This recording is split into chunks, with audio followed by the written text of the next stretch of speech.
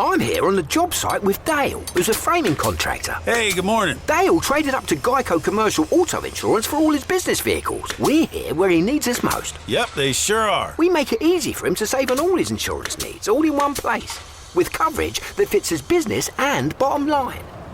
Oh, I shouldn't have looked down. It's all right. We're so far up here. Look at me. Take a deep breath. Oh, I'm good. So good. Get a commercial auto insurance quote today at geico.com and see how much you could save. Get more with Geico.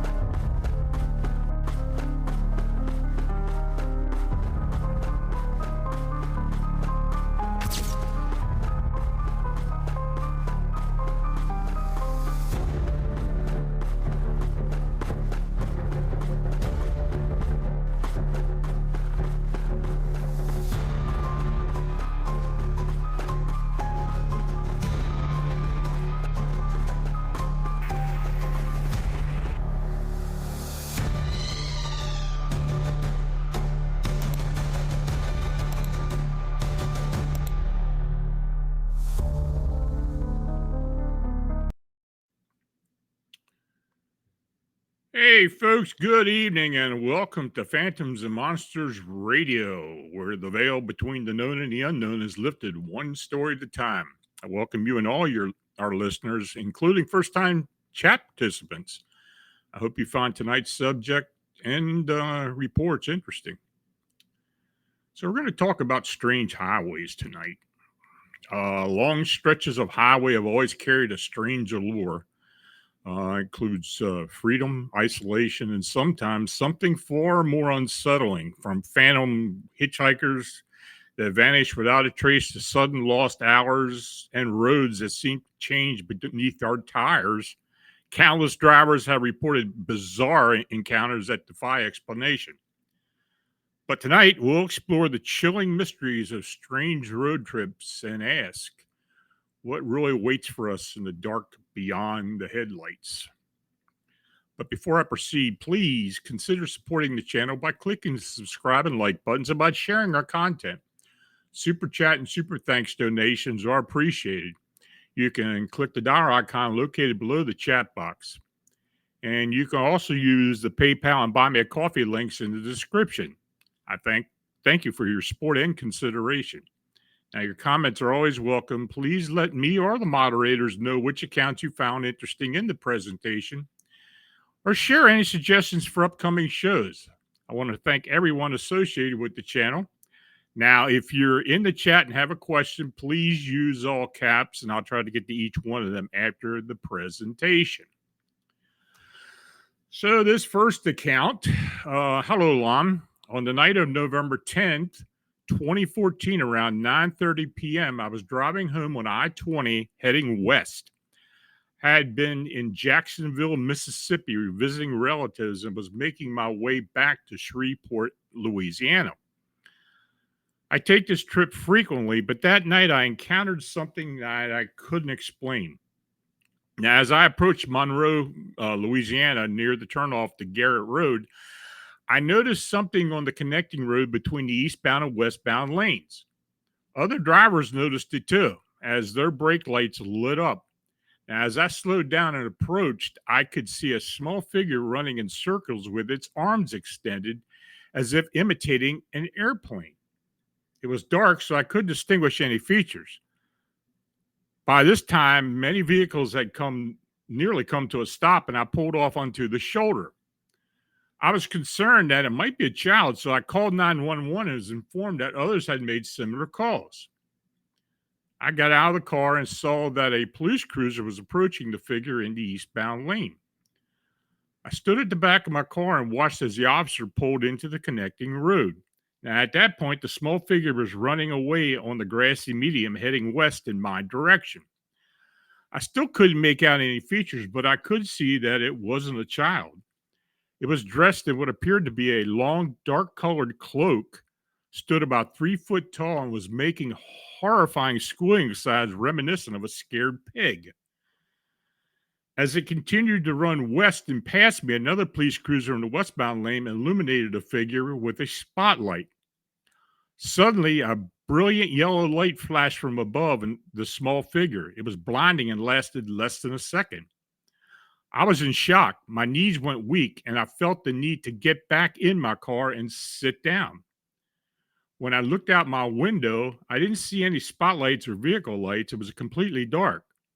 Even the highway lights were off. Now, I attempted to start my car, but it wouldn't turn over. I sat there dumbfounded, wondering what had just happened. After about 20 to 30 seconds, my car finally started, and all the highway and traffic lights came back on. I didn't see the small figure after that. I pulled back onto the turnoff and eventually found my way back to I-20, heading west towards home. I still had no idea what happened that night. I believe there was a loss of time since my clock showed 10:13 p.m. Now, for several weeks, I hoped to see news about this incident, but I never found anything. I contacted the police in the Monroe area, and they reported no record of any calls related to the event. That was quite unusual. I know this incident occurred. Many witnesses also lost power in their vehicles. Do you have any suggestions for whom I should contact? Thank you. Now, while the witness did prefer to remain anonymous at that time, he seemed somewhat intimidated by the lack of reports regarding the incident. Now, I managed to reach him by telephone, and we discussed other avenues for obtaining information, including the local media. Now, we talked again later, and he informed me that the press had not received any reports as well. I made some inquiries, but found no leads. Now, I did check on the MUFON CMS in New Fork. And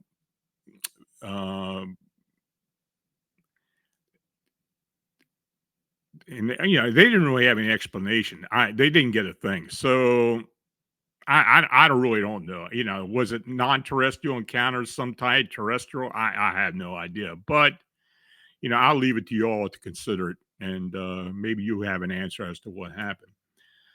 And I want to thank Jean Lujan for their donations. Very much appreciated.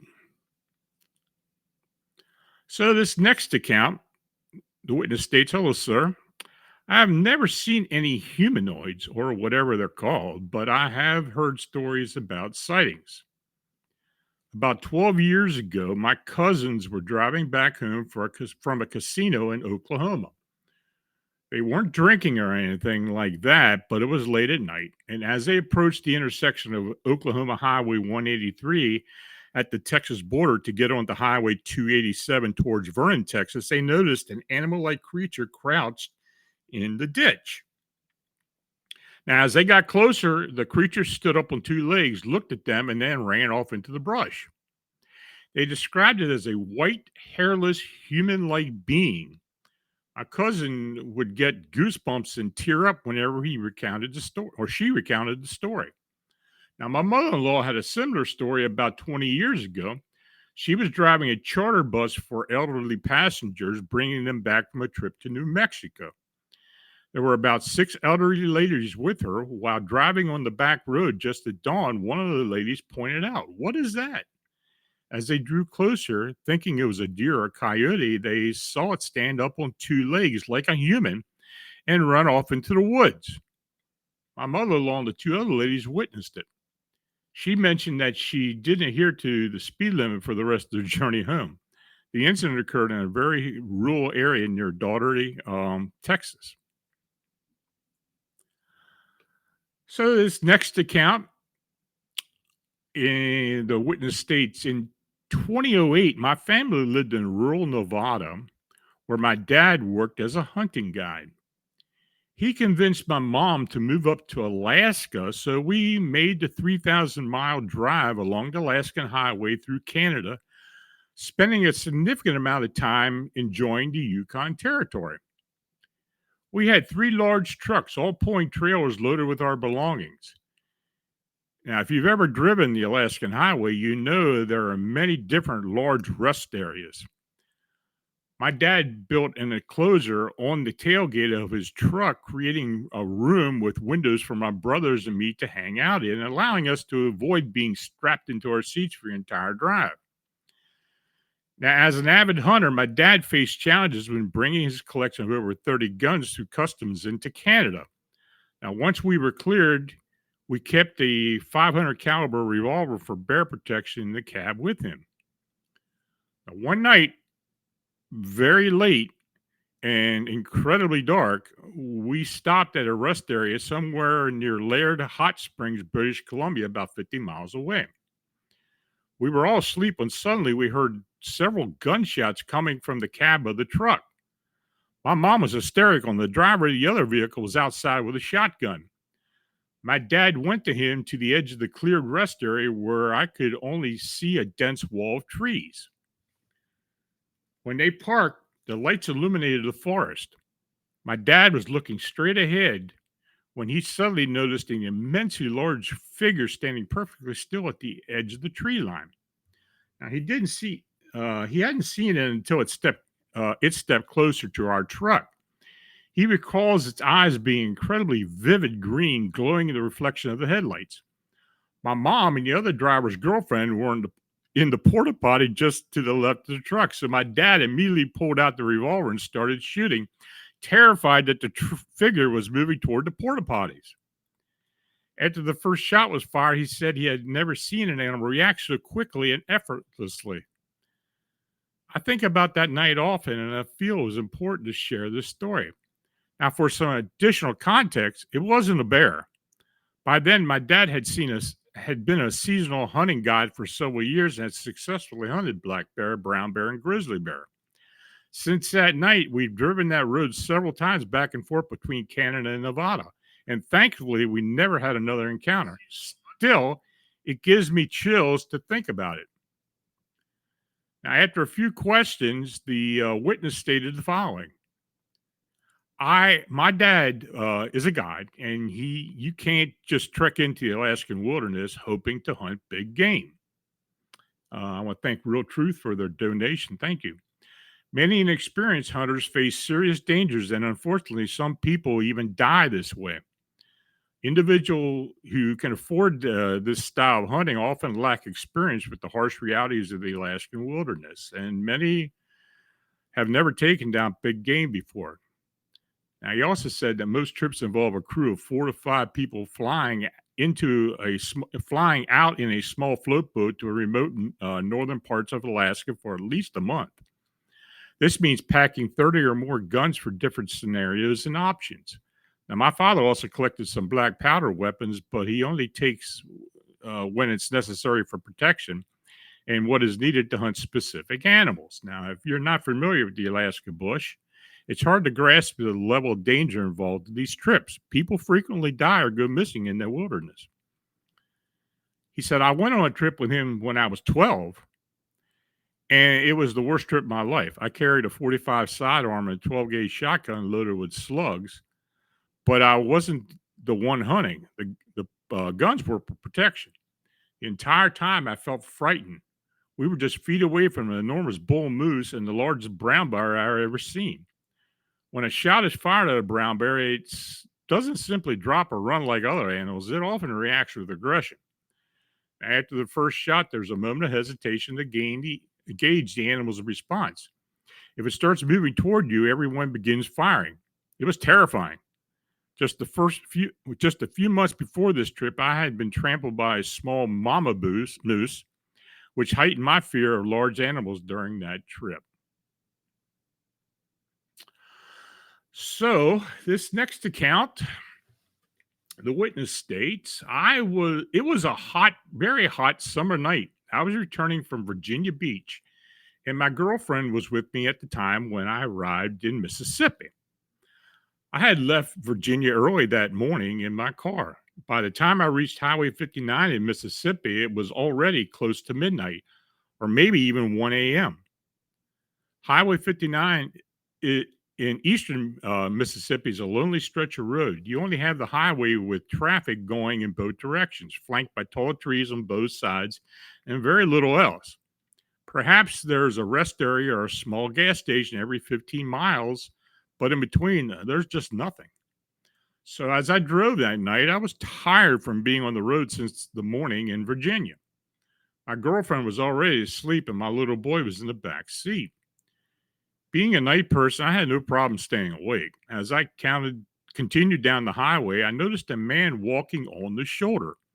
He was walking quite fast and looking down. He was a very tall man, and I thought he was wearing a coat. I wondered, what in the world is he doing out there? Why would he be wearing a coat in this hot Mississippi night? I turned to my girlfriend and said, I saw a man walking all alone. I need to help him. She responded, Are you crazy? I replied, No, I'm not going to offer him a ride. I want to give him some money so he can get a room or buy himself a nice hot meal in the next town. Well, I put the car in reverse, making sure I didn't drive past him since I was already about 2,000 feet ahead. Now, as I backed up, he was closer to the edge of the woods on the shoulder of the highway. I stopped the car and he stopped as well. He looked at me and I struggled to adjust my eyes in the darkness. I said, Sir, I would like to offer you some money so you can rent a room in the next town.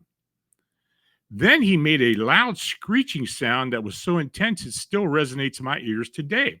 And suddenly he ran into the woods. I was horrified. I quickly got back in my car and said, Honey, but I couldn't say anything more. I put the car in first gear and sped away at 85 miles an hour. My girlfriend asked, What happened? What happened, honey? What did he do to you? I replied, It wasn't a man. It was a Sasquatch. I just had an encounter with Bigfoot. Later, I learned there had been stories dating back to the 1700s and the 1800s about the Mississippi monkey. Now, I've heard the Mississippi monkey before. I don't know if that was related or not, but it kind of does add up because it's said to be very thin. So maybe that's what he saw. I have no idea.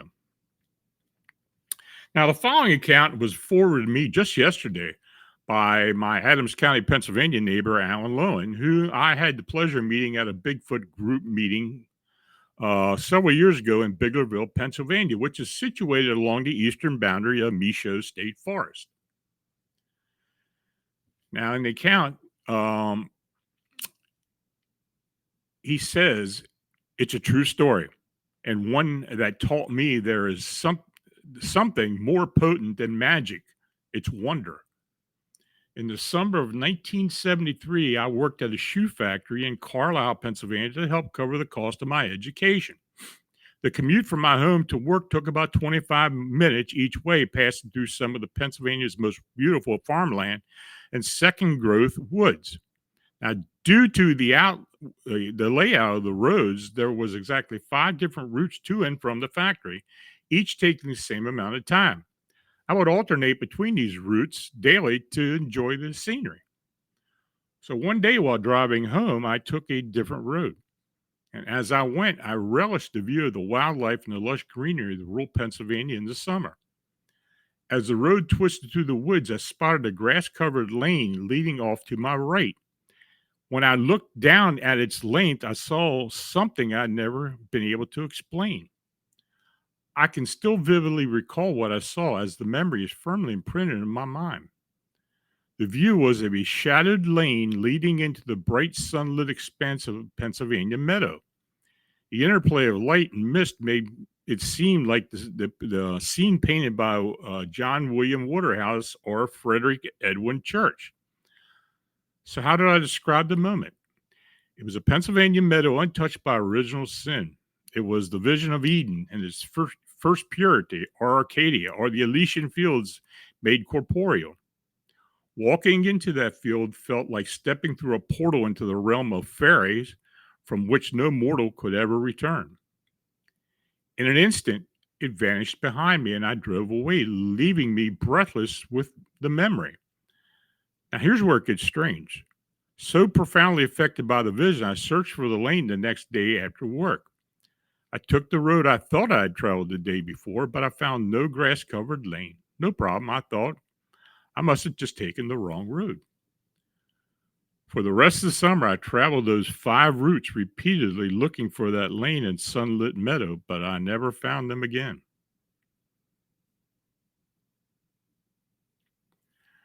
Now, this next witness states, my family is from Utah, and when I was a kid, we took a road trip in a rented camper to California. There is a specific area near Nephi, Utah, that is known for a massacre that occurred in the mid-1800s. All I know is that a mass murder happened there, and all the bodies were buried in the desert off of I-15. It's an eerie part of Utah, especially along the main highway. Now, on our way back, I was sitting in the front seat next to my mother while my dad was driving. As we passed through Nephi, near the site of the massacre, my dad suddenly got a bit panicked. He told my mom to lean over and look into the side view mirror, and I did as well.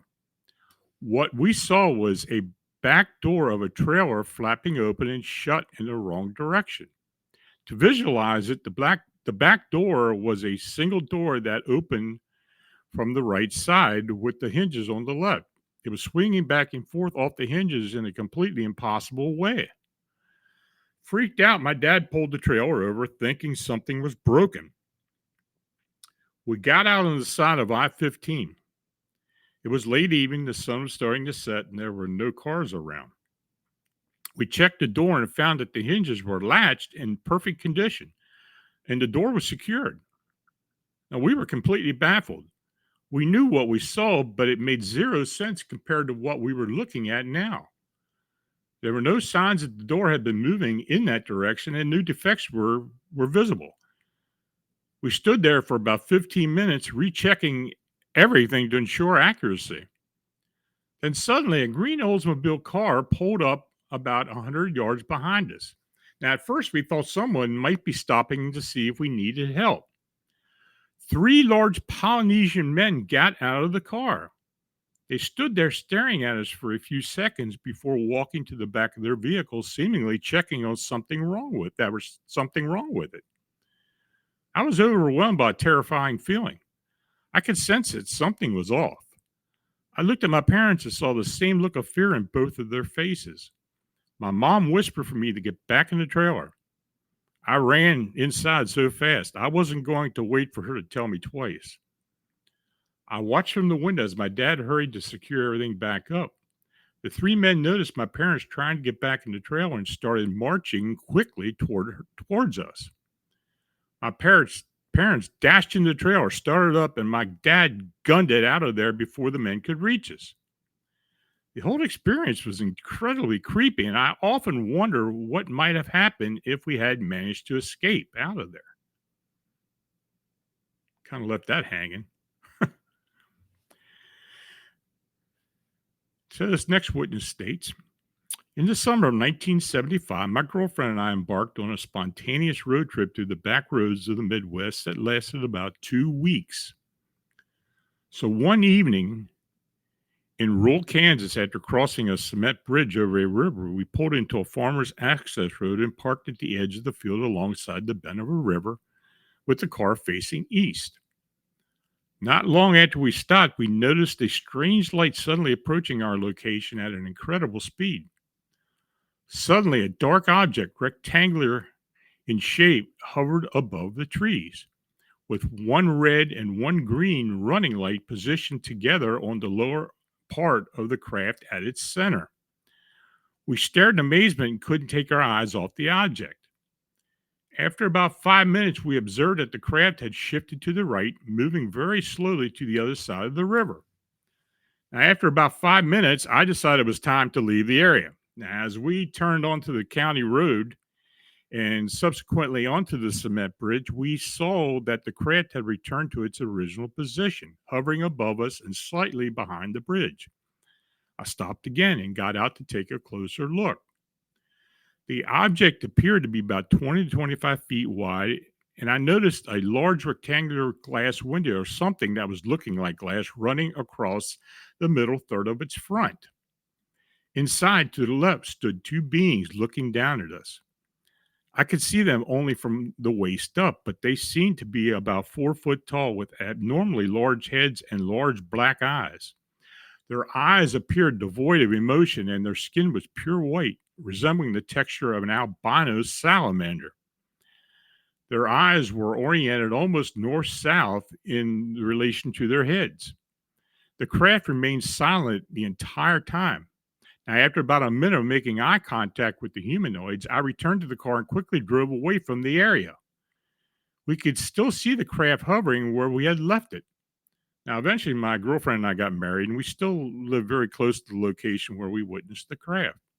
Occasionally, we both feel an urge to return to that spot and sit together and talk about our shared experience, hoping that the beings might stop by again. This next witness states, I was driving across the country from Washington to New York in a U-Haul with my ex-boyfriend and our 2-year-old son, all squeezed into the front bench seat. While we were on I-90 in Montana, we could see a lightning storm brewing in the mountains ahead of us. By the time we reached the mountains, it was pitch black and the storm had passed. We drove slowly around 35 miles an hour because it was so dark. And suddenly we encountered a fallen tree that had blocked the road. It looked like it had been hit by something, and we barely managed to avoid crashing into it ourselves. Out of nowhere, we found ourselves surrounded by wrecked cars and flashing lights. There was a semi-truck with its hazard lights on, along with several other vehicles that had collided, and bodies were lying on the road. It was as if it had all appeared out of thin air. There were no hills, dips, curves, or fog to obscure our view, yet we suddenly found ourselves in the middle of a 10-car pileup, complete with hazards and flares. Now, my boyfriend and I were both wide awake and experienced this bizarre situation together. It felt like we had driven through a portal into another dimension, or that the vehicles and people had somehow dropped into our reality. The individuals in the road were unharmed, and waved at us, urging us not to stop. And we felt compelled to keep going, even though I regretted not stopping.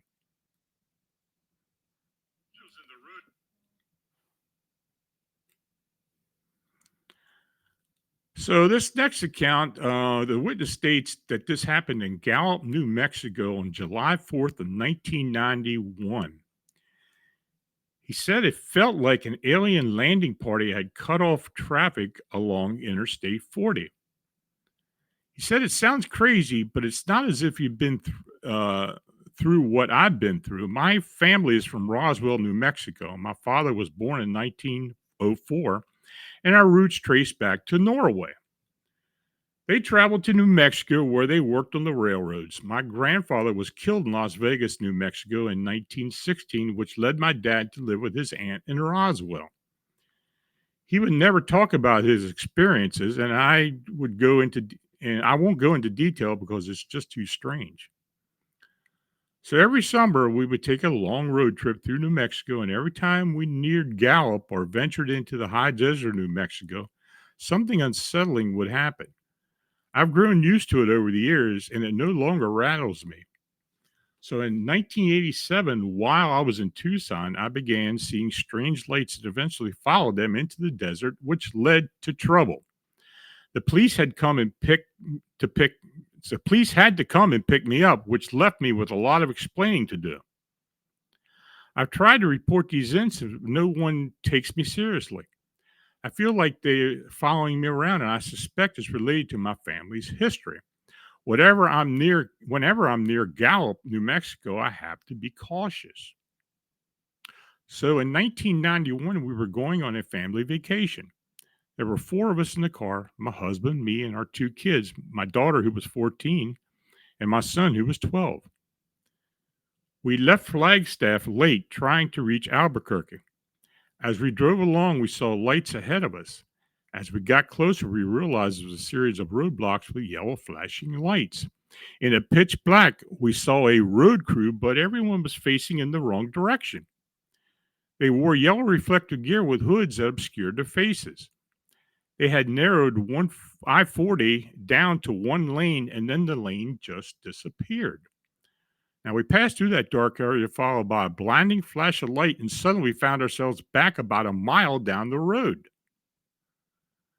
I noticed that we kept passing the same hills on our left side, and then my son started screaming in panic.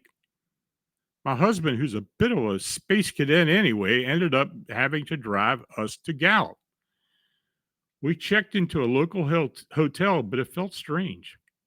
So about 2 a.m., we went to grab a burger, and the atmosphere just felt off. People were moving at half speed and acting confused. The waiter set our table incorrectly and handed us the menus upside down. Sometimes you might think people are just being foolish, but these individuals really seem to be out of sorts. I played along because I already sensed something was wrong. My husband was pretty tolerant and patient, but they genuinely didn't seem to know how to behave. So the next day, it only got worse, but we ended up turning the car around and heading back to Phoenix where we lived. So years later, when my son was about 25, he asked me, "Mom, did we ever take a trip where we passed the same mountain twice?" He remembered those strange experiences, and while we occasionally discussed them, I prefer not to bring them up too much to avoid upsetting him. It's just something we learned to live with. I suspect they took our whole car somewhere and then brought it back, dropping us off a mile before the landing party. Now, after we drove past the same mountain again, the roadblocks were gone, along with the lights and the people in reflective gear. Now, my husband and I sort of laugh whenever we see a road crew. Whoever they are, they're fairly sophisticated. They must have uniforms. I've seen some of them fixing light poles in the middle of the night in Tucson, and as soon as I showed up, they all ran away. I believe this has been going on for generations, even when my dad was young. He served in World War II and had his own close encounters. My husband recalled that a ship landed in his yard when he was a kid living in Reno. I think they know which families they can trust, and then they follow us around. Honestly, I don't think they have any contact with the U.S. government. I don't believe there's a cover. It seems they have no real use for the government. I get the impression that they're just going about their business, and occasionally we catch a glimpse of them. I also believe that many of the frightening things associated with UFOs are simply earthbound antics. I would have loved to report his experience when they happened. So that's the last account. So if you all have any questions or any comments to make, please feel free to make them. Use all caps and post it in the chat, and Kevin will put them up there for me then.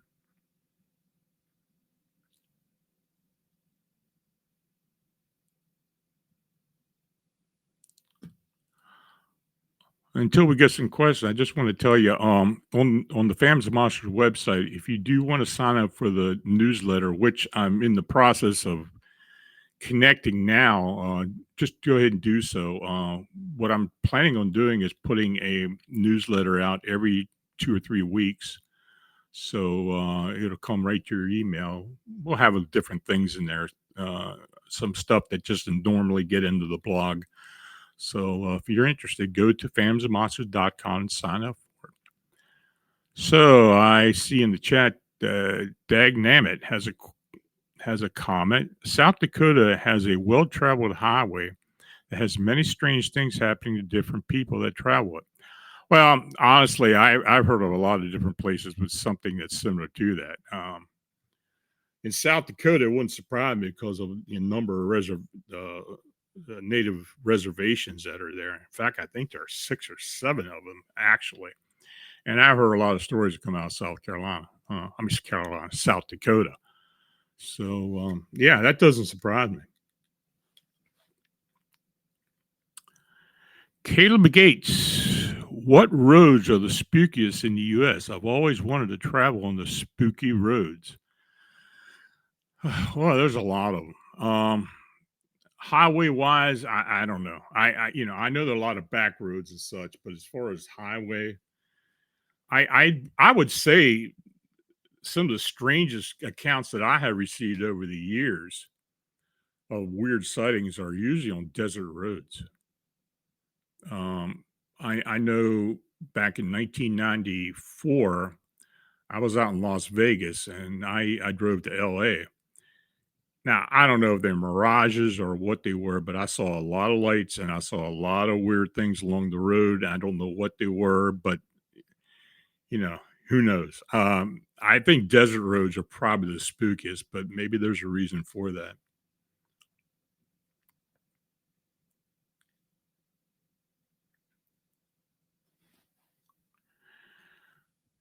Uh, MXVT, what are the odds of seeing a dog man north of New Hampshire? I've had a few accounts in Maine, um, and up in Ontario. Uh, Southern Ontario has had a lot of accounts over the years, but that's mostly towards the Niagara area, not up into the area where Eastern Ontario and into Quebec. But I have had some accounts in Maine. Can Squatch, any weird hitchhiker encounters? Yeah, I have, and I've had I did talk about a lot of those in previous episodes. What I may do is just get a whole do a whole show on just hitchhiker encounters or stories about ghostly beings just showing up in cars and such. I've got a few of those.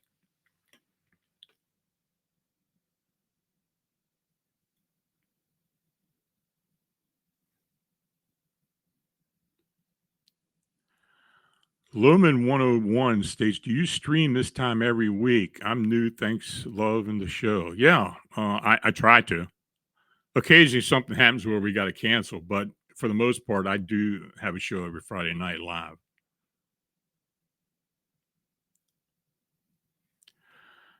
Alexis Chastain, do you think Dogman and Bigfoot creatures are somehow related? I think I don't think they're related, but I think a lot of people mistake, each one. I think there are a lot of maybe dogmen that look like Bigfoot and vice versa.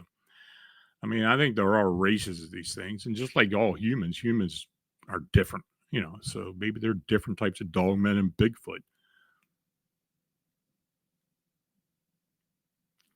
Dagnammit, have you heard of the Tikbalang,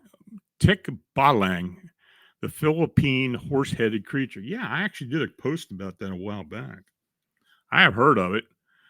Philippines have all kinds of crazy cryptid beings. I have heard some really strange stories out of the Philippines, but no, I actually posted something about that a while back. But yeah, it is. It's a horse-like being, upright horse-like being. So yeah, but I'm familiar with it.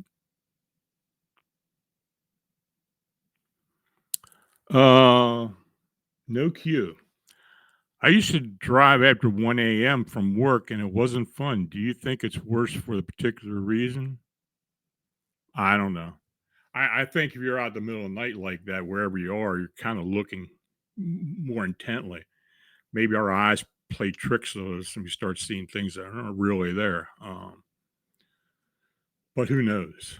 Um, I mean, for the most part, they say that these strange creatures come out at night, and maybe we're kind of in tune to them, and maybe that's what we're looking for. Who knows? Caleb Gates, who's that crow guy in the background? I'm new. Is that a cryptid thing? That is Edgar Allan Poe and the Crow, or the Raven. It's not a crow. It's a raven. That's a illustration by Sam Sharon. He does a lot of creepy stuff, but he's a very good artist, and I have collected some of his work. But that's Edgar Allan Poe with the Raven. B Cab, do you have any reports of strange creatures near Lake Tahoe? Yeah, some Bigfoot sightings. That's pretty much the standard for Lake Tahoe area.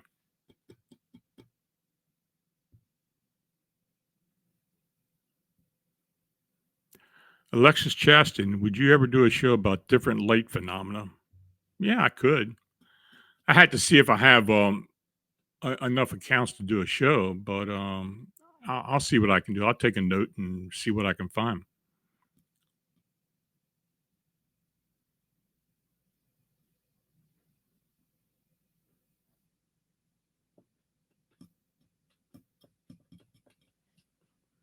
Anything else, folks?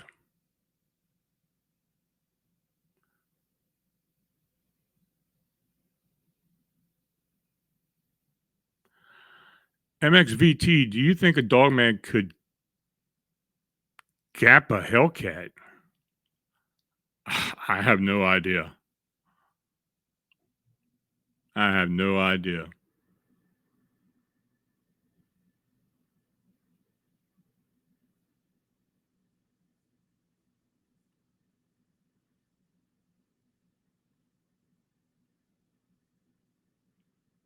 Yeah, I think Low Man's trolling us. I saw a few other things in there.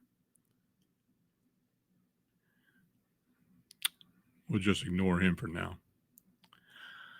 Okay, well, I want to thank each and all of you for watching and chatting. And if you donated, it's genuinely appreciated. Your support's what makes all this possible. So please like, subscribe, and share. Now, if you have a sighting or encounter report that you would like to be considered for the personal report show or posted on Phantoms and Monsters, feel free to forward to my email at lonstrickler@phantomsandmonsters.com. So until we meet again, stay healthy and safe. Have a great weekend and good night.